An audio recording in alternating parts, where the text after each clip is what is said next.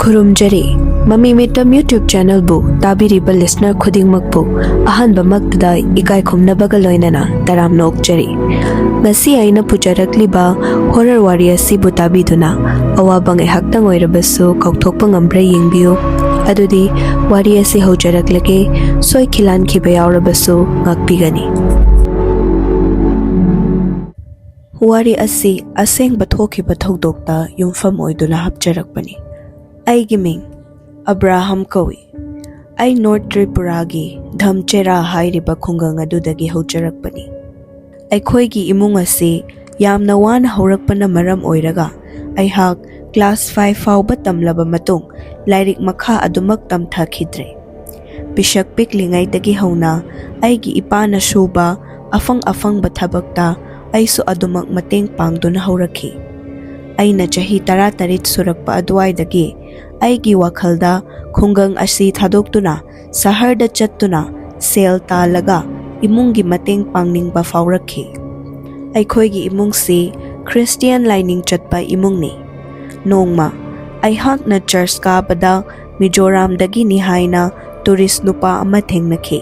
वारी वताई निंगथी जना सानरबा मतुंग अईगी लाइबक फबना नुपा अदुना मिजोरामदा अईगी थबक पिबीगे हाइरखी। खरनी लेरगा अई थबक अदुगिदमक युम थादोक्तुना मिजोरामगी आइजोल हाइरिबा सिटी अदुदा लाकपा तारमी। अईगी खुंगंग अदुदगिदी आइजोल असी किलोमीटर 150 मुक्की चांगदा लापलिबनी। आइजोलदा लाक्तुना लेरबा था खरनी खक्ता ngairi अईसु अईना सूरिबा थबक अदुदा थवाई हक्चांग यावना सूदुना अनौबा मफम अदुगा चुसिन्ननबा हौरकपदमक ngairibani। कोविड-19 गी लैना संदोरकपा हौरखी। मफम खुदिंगमक्ता लॉकडाउन थमजिनख्रे। लॉकडाउन मनुंगदा अईगी युमदगे कॉल अमा लाखी।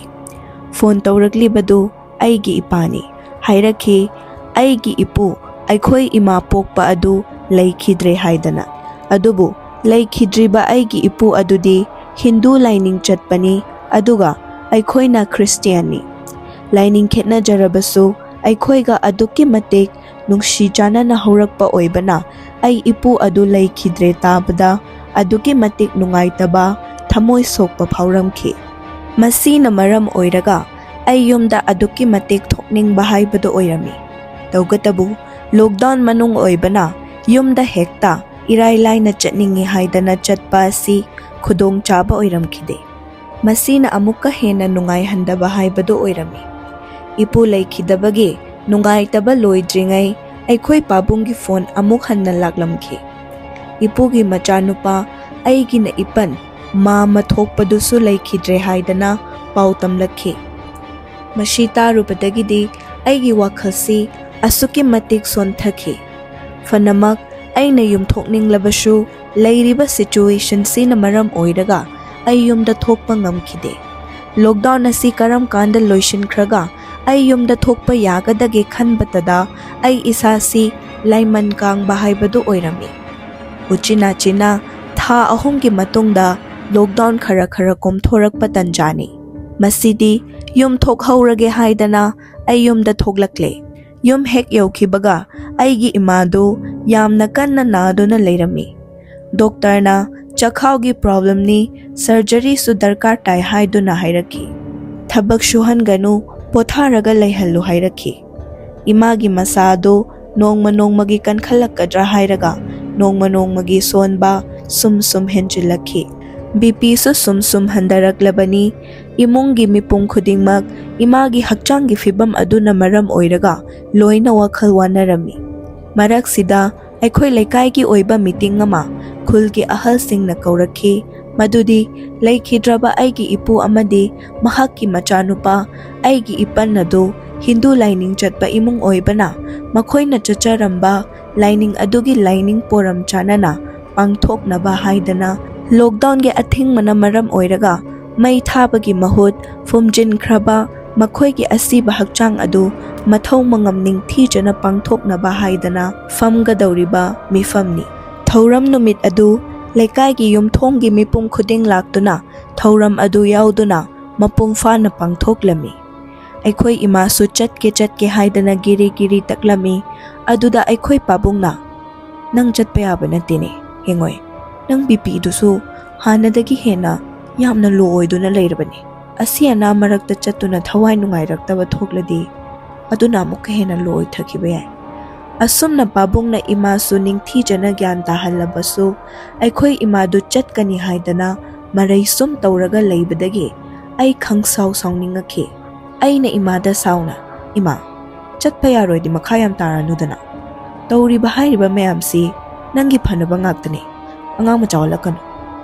ꯑꯩꯒꯤ ꯈꯣꯟꯊꯣꯛ ꯁꯛꯐꯝ ꯑꯗꯨꯗ ꯏꯃꯥꯗꯨ ꯑꯩ ꯁꯥꯎꯔꯦ ꯈꯪꯂ ꯃꯥꯜꯂꯦ꯫ ꯇꯞꯂꯞꯅ "ꯐꯔꯦ, ꯏꯃꯥ ꯆꯠꯂꯔꯣꯏ, ꯏꯃꯥ ꯌꯨꯝ ꯁꯪꯍꯧꯔꯒꯦꯀꯣ" ꯑꯁꯤ ꯍꯥꯏꯔꯗꯨꯅ ꯇꯨꯃꯤꯟꯅ ꯂꯩꯈꯤ꯫ ꯏꯃꯥꯒꯤ ꯀꯥꯗꯒꯤ ꯑꯩꯈꯣꯏ ꯄꯥꯕꯨꯡ ꯏꯕꯥꯅꯤ ꯊꯣꯛꯂꯛꯂꯦ꯫ ꯃꯌꯥꯏ ꯀꯥ ꯌꯧꯔꯛꯄꯗ ꯑꯩꯈꯣꯏ ꯄꯥꯕꯨꯡꯅ "ꯏꯕꯨꯡꯉꯣ, ꯅꯪ ꯂꯥꯛꯂꯅꯨ, ꯅꯃꯥꯁꯦ ꯁꯪꯗꯨꯅ ꯂꯩꯍꯧꯔꯣ.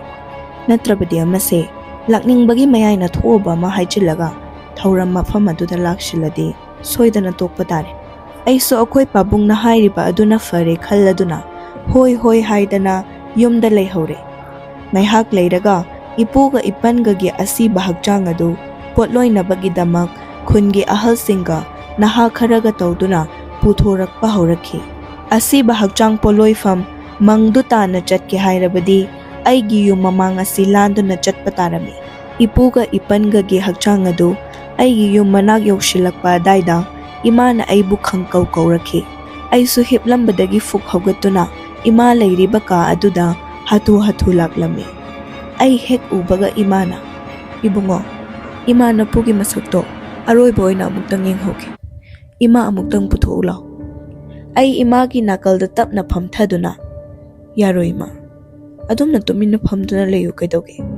ꯍꯥꯏꯅ ꯂꯩꯈꯤꯗ꯭ꯔꯕ ꯍꯛꯆꯥꯡ ꯑꯅꯤꯗꯨ ꯌꯧꯁꯤꯜꯂꯛꯄ ꯑꯗꯨꯗ ꯑꯩꯁꯨ ꯑꯔꯣꯏꯕ ꯑꯣꯏꯅ ꯑꯃꯨꯛꯇꯪ ꯌꯦꯡꯍꯧꯒꯦ ꯍꯥꯏꯗꯅ ꯏꯃꯥꯕꯨ ꯊꯝꯂꯝꯂꯒ ꯍꯥꯊꯨ ꯃꯄꯥꯟꯗ ꯊꯣꯔꯛꯈꯤ꯫ ꯂꯥꯞꯇꯛ ꯂꯦꯞꯇꯨꯅ ꯂꯩꯔꯤꯉꯩ ꯏꯈꯪ ꯈꯪꯍꯧꯗꯅ ꯑꯩꯈꯣꯏ ꯏꯃꯥꯁꯨ ꯏꯃꯨꯡꯗꯒꯤ ꯆꯦꯟꯊꯣꯔꯛꯈꯤ꯫ ꯑꯗꯨꯒ ꯑꯩꯒꯤ ꯄꯥꯝꯕꯣꯝꯗ ꯈꯪꯄꯥꯏ ꯄꯥꯏꯔꯛꯇꯨꯅ "ꯏꯃꯥꯒꯤ ꯏꯕꯨꯡꯉꯣ, ꯅꯄꯨꯁꯤ ꯑꯔꯣꯏꯕ ꯑꯣꯏꯅ ꯏꯃꯥ ꯑꯃꯨꯛꯇꯪ ꯌꯦꯡꯍꯧꯒꯦ." ꯏꯃꯥ ꯈꯥꯡꯗꯨꯅ ꯂꯩꯕ ꯉꯝꯗ꯭ꯔꯦ꯫ ꯑꯔꯣꯏꯕ ꯃꯤꯀꯨꯞꯁꯤꯗ ꯏꯃꯥꯅ ꯅꯥꯊꯩꯗꯨꯅ ꯂꯩꯔꯕꯗꯤ ꯅꯄꯨꯅ ꯁꯣꯏꯗꯅ ꯅꯃꯥꯏꯕꯨ ꯋꯥꯔꯧꯈꯤꯕ ꯇꯥꯔꯦ꯫ ꯑꯁꯤ ꯍꯥꯏꯗꯨꯅ ꯏꯃꯥꯗꯨ ꯃꯈꯣꯟ ꯈꯪꯑꯣꯟ ꯑꯣꯟꯈꯤ꯫ ꯑꯩꯁꯨ ꯋꯥꯈꯜ ꯃꯨꯟꯅ ꯈꯜꯂꯕ ꯇꯨꯡꯗ "ꯐꯔꯦ ꯏꯃꯥ, ꯌꯦꯡꯇꯃꯛ ꯌꯦꯡꯂꯣ. ꯍꯦꯛ ꯌꯦꯡꯕꯒ ꯏꯃꯨꯡꯗ ꯐꯠ ꯆꯪꯁꯤꯀꯣ." ꯑꯩꯒꯤ ꯑꯌꯥꯕ ꯐꯪꯂꯕꯗ ꯏꯃꯥ ꯑꯗꯨ ꯏꯄꯨꯒꯤ ꯍꯛꯆꯥꯡ ꯃꯅꯥꯛꯇ ꯆꯦꯟꯁꯤꯟꯈꯤ꯫ ꯏꯄꯨꯒꯤ ꯁꯛꯇꯝ ꯑꯗꯨ ꯑꯗꯨꯛꯀꯤ ꯃꯇꯤꯛ ꯀꯤꯖꯕ, ꯍꯩꯅꯗꯕ ꯄꯣꯛꯈꯤ꯫ ꯏꯃꯥꯗꯨ ꯏꯄꯨ ꯍꯦꯛ ꯎꯕꯒ ꯁꯦꯀꯦꯟ 3-4 ꯈꯛ ꯂꯩꯔꯝꯂꯒ ꯀꯤꯖꯔꯛꯇꯨꯅ ꯏꯃꯨꯡꯗ ꯒꯣꯔꯣꯡ ꯆꯤꯟꯁꯤꯟꯈꯤ꯫ ꯏꯄꯨꯒ ꯏꯄꯟꯒꯒꯤ ꯍꯛꯆꯥꯡ ꯑꯗꯨꯁꯨ ꯂꯩꯀꯥꯏꯒꯤ ꯃꯤꯌꯥꯝ ꯆꯪꯗꯨꯅ ꯄꯣꯠꯂꯣꯏꯗꯨꯅ ꯇꯧꯐꯝ ꯊꯣꯛꯄ ꯂꯥꯏꯒꯤ ꯊꯧꯔꯝ ꯀꯥꯏꯗꯅ ꯇꯧꯕꯤꯈ꯭ꯔꯦ꯫ ꯇꯤꯜꯂꯝꯕ ꯃꯤꯌꯥꯝꯁꯨ ꯃꯌꯨꯝꯗ ꯂꯣꯏꯅ ꯍꯟꯅꯈ꯭ꯔꯦ꯫ ꯄꯣꯠꯂꯣꯏꯈꯤꯕꯒꯤ ꯅꯨꯃꯤꯠ ꯅꯤꯅꯤ ꯆꯟꯕꯒꯤ ꯅꯨꯃꯤꯗꯥꯡ ꯑꯗꯨꯅꯤ ꯑꯩꯈꯣꯏꯒꯤ ꯏꯃꯨꯡ ꯑꯁꯤ ꯅꯨꯡꯗꯥꯡꯒꯤ ꯆꯥꯛꯆꯥ ꯇꯣꯛꯅꯔꯕ ꯃꯇꯨꯡ ꯇꯨꯝꯅꯕ ꯍꯥꯏꯗꯅ ꯐꯃꯨꯡꯗ ꯆꯪꯅꯔꯦ꯫ ꯅꯣꯡꯌꯥꯏ ꯄꯨꯡ 12:30 ꯑꯗꯥꯏꯗ ꯏꯃꯥꯗꯨ ꯍꯤꯞꯂꯝꯕꯗꯒꯤ ꯐꯨꯛ ꯍꯧꯒꯠꯂꯛꯇꯨꯅ ꯐꯃꯨꯡ ꯃꯌꯥꯏ ꯑꯗꯨꯗ ꯐꯝꯗꯨꯅ ꯂꯩꯈꯤ꯫ ꯍꯦꯛ ꯐꯝꯊꯈꯤꯕꯒ ꯏꯀꯥꯟ ꯀꯥꯟꯅꯗꯅ ꯏꯃꯥ ꯑꯗꯨ ꯀꯟꯅ ꯀꯞꯄ ꯍꯧꯒꯠꯂꯛꯏ꯫ ꯑꯗꯨꯝꯅ ꯇꯧꯔꯛꯄ ꯑꯗꯨꯗ ꯑꯩꯈꯣꯏꯁꯨ ꯇꯨꯝꯂꯝꯕꯗꯒꯤ ꯐꯨꯛ ꯍꯧꯒꯠꯅꯗꯨꯅ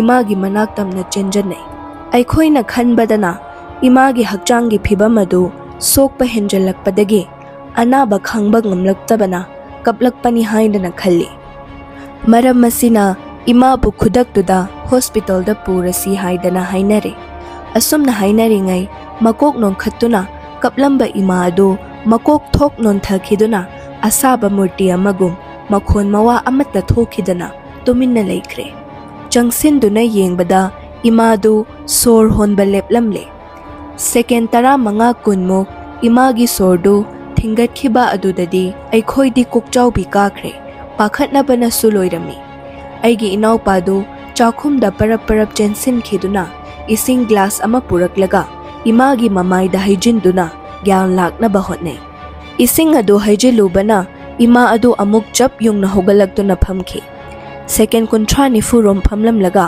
ꯑꯃꯨꯛ ꯋꯥꯟꯊꯈꯤꯔꯝꯃꯤ꯫ ꯃꯁꯤꯗꯤ ꯀꯥꯟꯅꯔꯔꯣꯏ ꯈꯟꯗꯨꯅ ꯍꯣꯁꯄꯤꯇꯥꯜꯗ ꯄꯨꯈꯠꯅꯕ ꯄꯔꯞ ꯁꯦꯝ ꯁꯥꯏ꯫ ꯑꯩꯒꯤ ꯏꯅꯥꯎꯄꯥ ꯑꯗꯨ ꯄ꯭ꯔꯞ ꯊꯣꯛꯈꯤꯗꯨꯅ ꯌꯨꯝꯊꯪꯅꯕꯒꯤ ꯒꯥꯔꯤ ꯑꯆꯧꯕ ꯑꯃ ꯄꯨꯗꯨꯅ ꯂꯥꯛꯈꯤ꯫ ꯂꯥꯛꯄꯗ ꯒꯥꯔꯤ ꯃꯄꯨ ꯌꯨꯝꯊꯪꯅꯕ ꯑꯗꯨꯁꯨ ꯌꯥꯎꯔꯛꯈꯤ꯫ ꯑꯩꯈꯣꯏ ꯃꯌꯥꯝ ꯆꯪꯗꯨꯅ ꯏꯃꯥ ꯑꯗꯨ ꯒꯥꯔꯤꯗ ꯍꯥꯞꯀꯠꯅꯕ ꯍꯥꯏꯗꯅ ꯊꯥꯡꯗꯣꯔꯛꯈꯤ꯫ ꯏꯃꯥꯗꯨ ꯃꯅꯤꯡꯒꯤ ꯁꯤꯠꯀꯤ ꯃꯌꯥꯏꯗ ꯐꯝꯍꯜꯂꯦ꯫ ꯄꯥꯕꯨꯡꯒ ꯌꯨꯝꯊꯪꯅꯕꯒꯤ ꯏꯌꯥꯝꯕ ꯑꯗꯨꯒꯅ ꯏꯃꯥꯒꯤ ꯅꯥꯀꯟꯗ ꯐꯝꯂꯗꯨꯅ ꯏꯅꯥꯎꯄꯥꯅ ꯒꯥꯔꯤ ꯊꯧꯗꯨꯅ ꯑꯩꯅ ꯃꯃꯥꯡꯗ ꯇꯣꯡꯗꯨꯅ ꯒꯥꯔꯤ ꯑꯗꯨ ꯊꯧꯕ ꯍꯧꯔꯛꯈꯤ꯫ ꯑꯩꯅ ꯏꯅꯥꯎꯄꯥꯗ ꯍꯥꯏꯔꯝꯃꯤ, "ꯏꯕꯨꯡꯉꯣ, ꯍꯣꯁꯄꯤꯇꯥꯜꯗꯤ ꯁꯤꯗꯒꯤ ꯀꯤꯂꯣꯃꯤꯇꯔ 2 ꯑꯣꯏꯔꯝꯒꯅꯤꯅꯦ"꯫ ꯏꯃꯥꯗꯤ ꯍꯧꯖꯤꯛꯃꯛꯁꯨ ꯒ꯭ꯌꯥꯟ ꯃꯥꯡꯂꯤꯕꯅꯤ꯫ ꯑꯁꯨꯝꯅ ꯒꯥꯔꯤ ꯑꯗꯨ ꯁꯨꯝ ꯊꯧꯔꯛꯄꯅ ꯃꯤ ꯑꯁꯤꯕ ꯐꯨꯝꯐꯝ ꯒ꯭ꯔꯦꯚꯌꯥꯔꯗ ꯑꯗꯨ ꯌꯧꯁꯤꯜꯂꯛꯈꯤ꯫ ꯃꯐꯝ ꯑꯗꯨ ꯌꯧꯁꯤꯜꯂꯛꯄꯗ ꯒ꯭ꯌꯥꯟ ꯃꯥꯡꯗꯨꯅ ꯇꯥꯔꯝꯕ ꯑꯩꯒꯤ ꯏꯃꯥꯗꯨ ꯐꯨꯛ ꯍꯧꯒꯠꯂꯛꯇꯨꯅ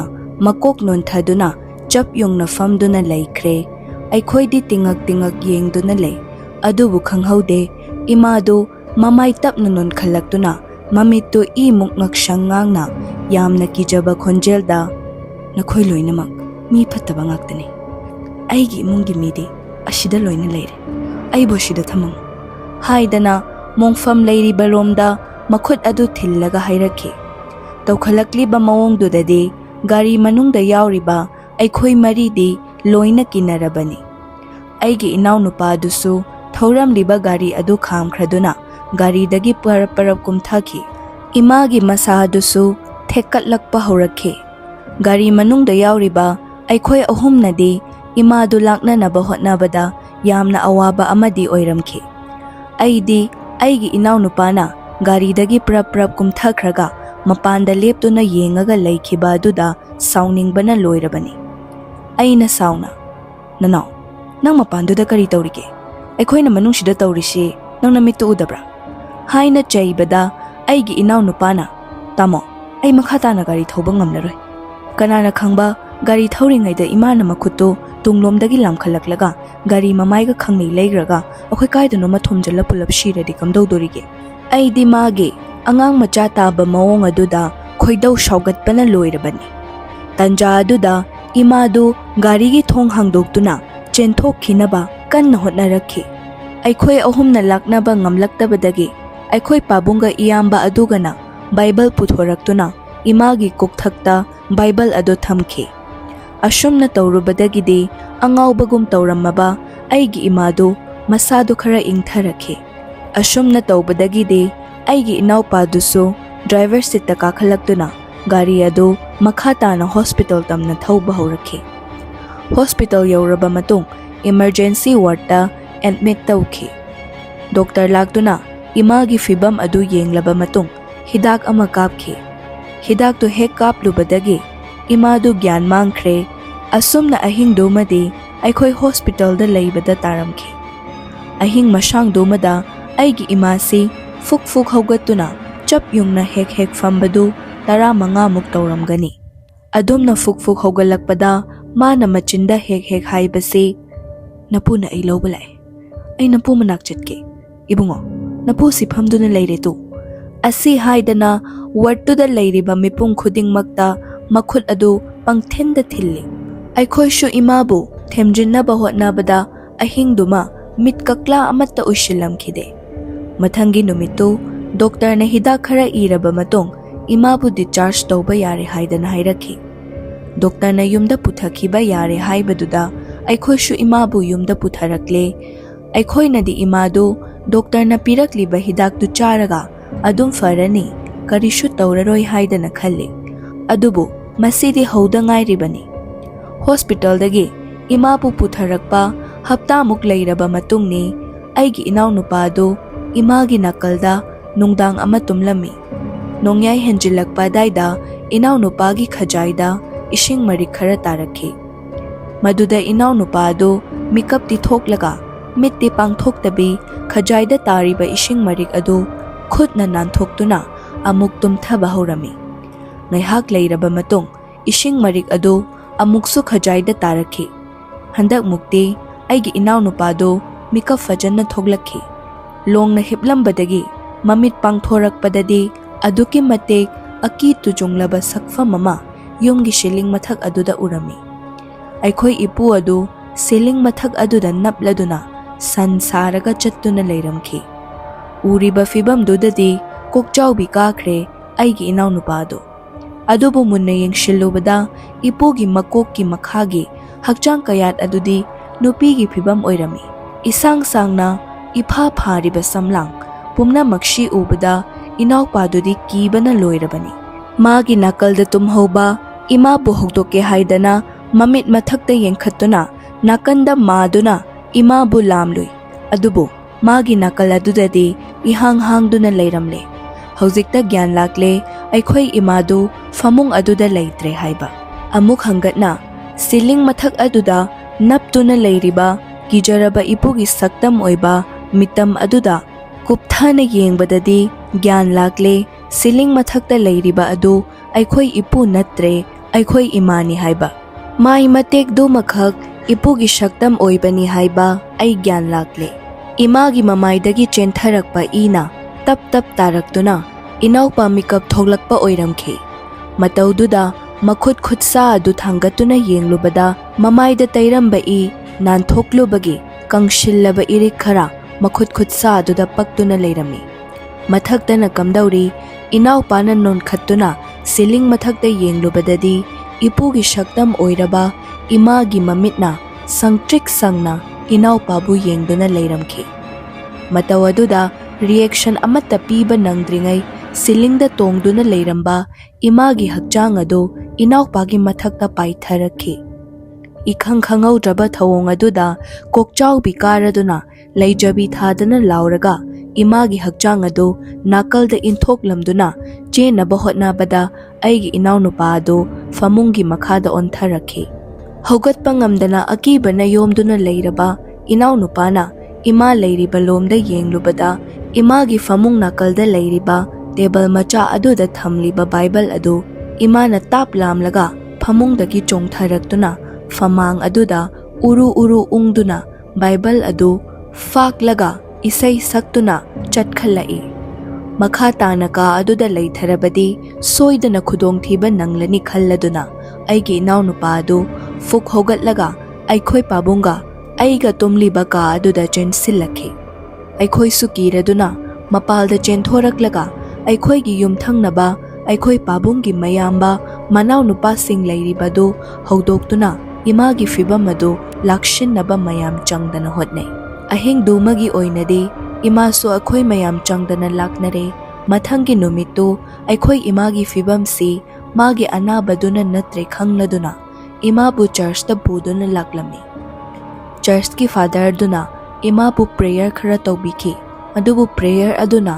ꯏꯀꯥꯟ ꯀꯥꯟꯅꯕꯗꯤ ꯑꯣꯏꯔꯝꯈꯤꯗꯦ꯫ ꯃꯁꯤꯗꯒꯤ ꯑꯩꯈꯣꯏꯒ ꯈꯪꯅꯕ ꯂꯩꯀꯥꯏꯒꯤ ꯑꯍꯜ ꯑꯃꯅ ꯃꯥꯒ ꯈꯪꯅꯕ ꯄ꯭ꯔꯤꯁ ꯑꯃ ꯂꯩ ꯑꯗꯨꯒꯤ ꯃꯅꯥꯛꯇ ꯑꯃꯨꯛꯇꯪ ꯄꯨꯗꯨꯅ ꯆꯠꯂꯨ ꯍꯥꯏꯅ ꯍꯥꯏꯕꯤꯔꯛꯈꯤ꯫ ꯄ꯭ꯔꯤꯁ ꯑꯗꯨꯒꯤ ꯃꯅꯥꯛꯇ ꯏꯃꯥꯕು ꯄꯨꯗꯨꯅ ꯂꯥꯛꯂꯦ꯫ ꯄ꯭ꯔꯤꯁ ꯑꯗꯨꯅ ꯂꯥꯏꯒꯤ ꯑꯣꯏꯕ ꯊꯧꯔꯝ ꯈꯔ ꯄꯥꯡꯊꯣꯛꯄꯤꯔꯛꯂꯦ꯫ ꯄ꯭ꯔꯤꯁ ꯑꯗꯨ ꯎꯅꯔꯨꯕ ꯅꯨꯃꯤꯠ ꯅꯤꯅꯤ ꯐꯥꯎꯕꯗꯤ ꯀꯔꯤꯁꯨ ꯇꯧꯔꯝꯈꯤꯗꯦ꯫ ꯏꯃꯥꯗꯨ ꯌꯥꯝ ꯒ꯭ꯌꯥꯟ ꯇꯥꯅ ꯎꯔꯦ꯫ ꯍꯨꯝꯅꯤ ꯍꯦꯛ ꯁꯨꯕ ꯅꯨꯃꯤꯠꯇꯒꯤꯗꯤ ꯍꯥꯟꯅꯒꯤ ꯐꯤꯕꯝꯗ ꯑꯃꯨꯛ ꯍꯟꯖꯤꯜꯂꯦ꯫ ꯐꯨꯛ ꯐꯨꯛ ꯍꯧꯒꯠꯇꯨꯅ ꯐꯝꯃꯤ, ꯀꯣꯏꯆꯠ ꯆꯠꯇꯨꯅ ꯑꯀꯤꯕ ꯐꯤꯕꯝꯗ ꯏꯁꯩ ꯁꯛꯄ ꯑꯁꯤꯅꯆꯤꯡꯕ ꯃꯑꯣꯡ ꯃꯇꯧꯁꯤ ꯍꯦꯟꯅꯕꯨ ꯍꯦꯟꯅ ꯁꯥꯊꯤꯕ ꯐꯤꯕꯝꯗ ꯇꯧꯕ ꯍꯧꯒꯠꯂꯛꯏ꯫ ꯇꯥꯟꯅꯕ ꯌꯥꯕ ꯑꯃꯥꯏꯕꯅꯤ ꯍꯥꯏꯕ 5-6ꯃꯨꯛ ꯇꯥꯟꯅꯔꯦ꯫ ꯑꯗꯨꯕꯨ ꯀꯔꯤꯁꯨ ꯀꯥꯟꯅꯕ ꯐꯪꯗꯦ꯫ ꯄꯩꯁꯥ ꯇꯃꯛ ꯇꯤꯡꯗꯨꯅ ꯇꯣꯛꯂꯦ꯫ ꯎꯄꯥꯏ ꯂꯩꯃꯜꯂꯛꯇ꯭ꯔꯕꯅ ꯏꯄꯥ ꯏꯆꯥ ꯑꯩꯈꯣꯏ ꯑꯍꯨꯝ ꯋꯥꯔꯦꯞ ꯑꯃ ꯂꯧꯔꯝꯃꯤ꯫ ꯃꯗꯨꯗꯤ ꯏꯃꯥꯕꯨ ꯌꯣꯠꯂꯤꯅ ꯄꯨꯟꯗꯨꯅ ꯊꯝꯂꯁꯤ ꯍꯥꯏꯗꯅ꯫ ꯑꯍꯤꯡ ꯑꯍꯤꯡꯗꯤ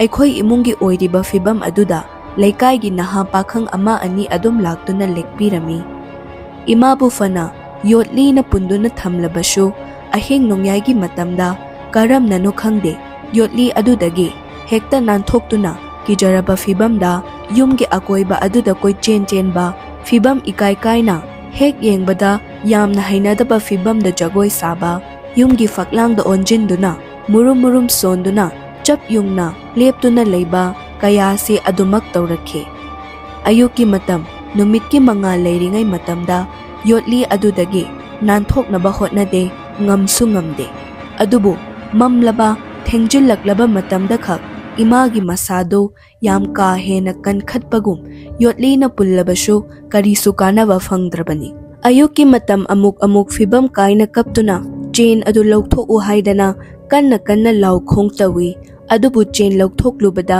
kari oirakani khangdabana kana amatana lauthoklamde masina maram oiraga aikhoibu imana blackmail tawi madudi chain thuriba makhai ma chak charoi haidana nongma numidang amani aikhoi laikai gi iyamba ama ani aikhoi bu sangbini haidona laklami iyamba ani adune aigi inaw nupaga aikhoi imaga ka aduda aikhoi ima bu shangli numidangi pungma palmukta shilakpa daida imana inaw pada mapal thoke haidana hairakhe inaw pasho ima bu puduna imana mang thahanduna bathroom lomda lakhi bathroom gi thongjil du hek yaubaga ima su chaplep khraga mamai du inaw pada khanglei leishilakduna munna yenglakhi karino haidana inaw nupasu imagi mamai da onkhattuna yenglubada imagi mamitu laukthoklaga imuk ngakshangangna mangonda munna yengduna leiramkhi inaw nupasu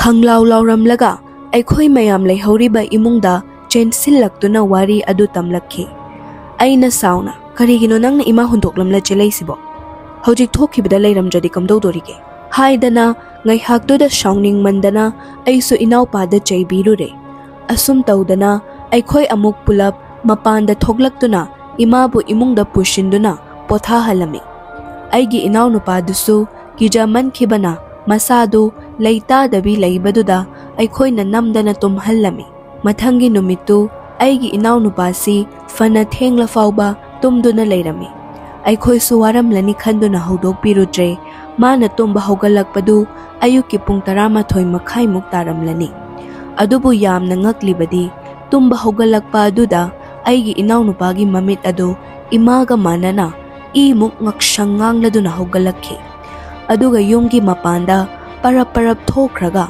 sumang matonda leptuna mamai nongthakta onkhattuna atiyada sangtrik yengduna le aduga imungda amo grong chensin khiduna magi kagi faklangda onsinduna kanagumba amaga wari sanabagum murum sonkhi amuk khangnok nokani amuk khangkap thina kapkani amuk masa mathanta masagi makok adu kagi faklangda yeshin jagani asumna masu tawrakpa sidade aikhoi su khangle madudi aigi inaw nupa si su thawai aduna changle haibase ngaihak leibaga aikhoi ima su hogalakhi ima hogalakle hek khangbada inaw nupa du imagi ka da chensin khiduna ima na famduna leiriba famung adugi mayok nana masu kakhattuna imaga mai onsinnaduna leikhi aduga kari marol no khangdaba marol amada murum tawduna wari sana khalai akiba matau kaya sina maram oiraga aikhoi laikai gi press ama kauduna imaga inok paga bu yenghalle press aduna machinda kari no khara sonduna lai sonten son tawba hore mantra adu sonba loishilakpada aigi inaw nupa adudi laimaida yengbada yamna hainadraba mawongda tharo maro onduna masa adu mathek thekpa horai mataw aduda aikhoi mayam changduna mabu fajinnaba hotnai adubu masa adu kanba henmanbana laknaba ngamkhide madudagi pristuna mayumdagi pujarakpa ising ama lauthoraktuna kari no soladuna inawpagi hakchangda chaisinki masidagi aigi inaw nupa adu tapna ingtharakduna wakhal lakhi mathangi numita hanagi mongda adumak hanjilli inaw nupaga imaga mamai onjannaduna karino khangdaba marol seasonaduna wari saba makok faklangda yeiba asina chingba kayasi hapta ahumrom chatharakhi masidagi inaw nupa busu imaga konana yot ki thauri na punduna thamba haurabani aikhoi imungda thokliba aki ba thodok singasi aikhoi laikai da khangdaba kana su leiramde adudagi laikai ki ini amana asam dagi tantric mai bani haiba amagi matangda wari sarakhe aikhoi su upai leitrabanina khara faradra khanduna mai ba adubu kaurami lakpiu haidana paupi khraba matung numit humni leiraga mai ba adu puja tawnabagi damak laklami tauba yaba thau tawramlaga mai ba adusu adumak hankhre tawgatabu hapta muk leiraga aroi ba thau tawgadaba watli ma amuk lakhini di hairami thau tawrambagi hek nunganbagi numit yungakpa mayani Inaw nupada punduna thamlamba yotli adu thadattuna yenakhada parap jenjinki. Aikhoisu mataududa inaw pabu tanarae yenakhada sa semnabagi thamba thangjau adu tap paikhattuna masana masagi khudombi adu kakthatchakhi. Aikhoisu matawaduda lauraduna inaw nupagi manakda jenjinki adubu madi makhut akakpa adudagi tarakliba I adu hauna thaktuna noklami. Aikhoisu chenjanduna makhutagi thangjau adu mullaga mabu hospital da parap puduna lakhi. Doctor na makhutu bandage kaika fajana yetlaba matung aikhoi pabung da asum na hairakhi. Pabung gi chasi hojing masasi normal state ta later. Mental problem fajana laire. Hospital amada emit toge haibra natraga fajana senabi ge haibra ama chiksina tobi. Natrabadi masana masa suicide attempt gumba torakpasi ai. Natraga atopa mi fauba hat na buhot narakpasi ai. Asum na wari fajana sanaraba matung inaw pabu yumda putharakle nong manini leiraga maiba adu amuk halaktuna laigi thoram makha tana chathaduna loishillami. Maiba aduna chatlamdaida chafu macha ama piramkhi aduga aikhoi pabungda asum na hairami. Tada chafu manung sida yauriba ising asi itai magai charnupaga sida nungtigi numit 8 ni chupna numit heglai thakhibaga sungsoi soidana pithakpiu. Asum taudana ising adu leptana pithalakpana imaga inaw pagadu hanagi fibamda tapna hanjinba haurakhi. Adubu maiba aduna chatlamdaida tauriba thoiba thodok asi fajana explain tawbirami. Madudi aikhoi ipugi thawaina imagi hakchangda changbani ipugi thawaina imagi hakchangda changkhrabasu ipangi thawaidi koipai paiduna ngauraga leikhi. Ipugi thawaina mabu hundoklambada masu magi thawai adu changba yaba mioi thirakpada aigi inaw nupada tabani haidana hairakhi. Asumna hojikti imasu aigi inaw nupasu hanagi fibamda tapna hanjilaktuna aikhoigi imung hojik mahausagi fibamda tapna halakpa haure. Aigi wari format asibu nungaibiba tarabadi channel asibu mayamgi mamal yamlaba like, share, subscribe na chingba tawbiduna pukning thogatpiramu. Semdok haningba leirabasu comment gi khuthangda khanghanbirau ai soidana semdok nabagi tanja adu lojage. Nasigi oinadi matang swaida loisinjarage mathang amuk nungaiba akiba wari kaya puduna amuk lakjage. Thank you.